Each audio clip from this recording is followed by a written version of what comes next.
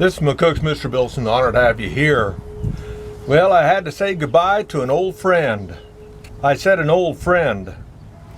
My wife, in 2005, bought a Trail Blazer, a Chevy Trail Blazer. And it has been a workhorse ever since. Some 18 years we've kept that rig. And with that in mind, it's been clear to the mountains numerous times, including a couple of ski trips. And I never worried about the wife and the children taking that, with it being a four-wheel drive and them having a little bit of common sense to begin with.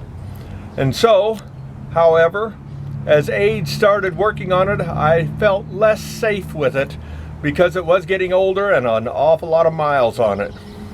And so what I did, I started looking, and that's a nightmare in itself, trying to find a vehicle, because everybody's got their vehicles out there. And I ran into a number of car salesmen that did their very best to help themselves and not me, if you understand what I'm saying.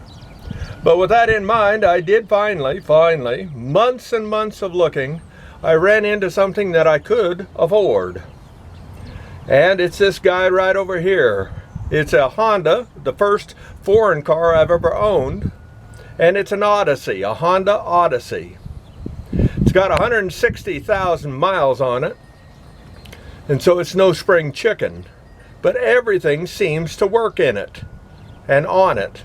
And it's not all banged up. Few little rust spots, but not many. And the tires, well, whoever owned it before me had just changed the oil and put new tires on. You usually don't do that to a car that you're planning to get rid of, or if you've already got other trouble with it. With that in mind, we got this Odessey 2013. It's got all sorts of perks that make it a nice car. One of the things I demanded was electric seats. I said an electric seat. That is a must with my back trouble that I have. I also needed headroom, and of course they put a sunroof in here, which I didn't need, but it was there. And of course over here it has the backup camera, which is a godsend for an old man with a stiff neck. And of course all the bells and buttons that you could possibly imagine. At the same time, they're not real hard to understand, so I think I can get by with it. I do. And as far as room, it's got more room than my Trail Blazer by quite a ways. I said quite a ways. It is a little bit lower sitting, almost like a car concept. One thing I'm going to have to get used to is waiting for the door to open instead of opening it myself. Something else to break down, I fear, down the road, but that's the way it is. These seats can fold down, and there's another set of seats in the back that could be set up, and people could be back there as well.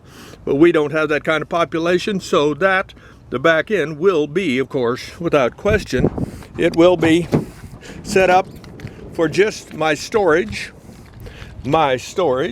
Yep.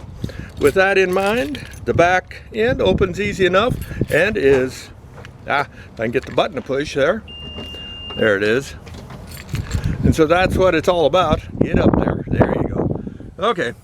And of course I got my fishing poles in there. Got my BB gun off to the side there, a pump BB gun for rattlers and fishing equipment.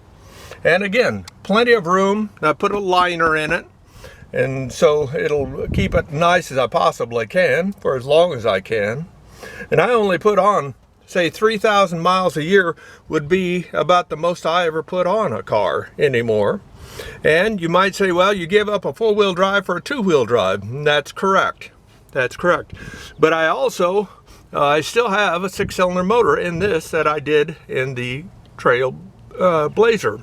A nice, new, used car for Mr. Bill that I can afford. I hope you find a good car, and I hope you don't have to go through too much static with the car salesmen that are working more for themselves than for you.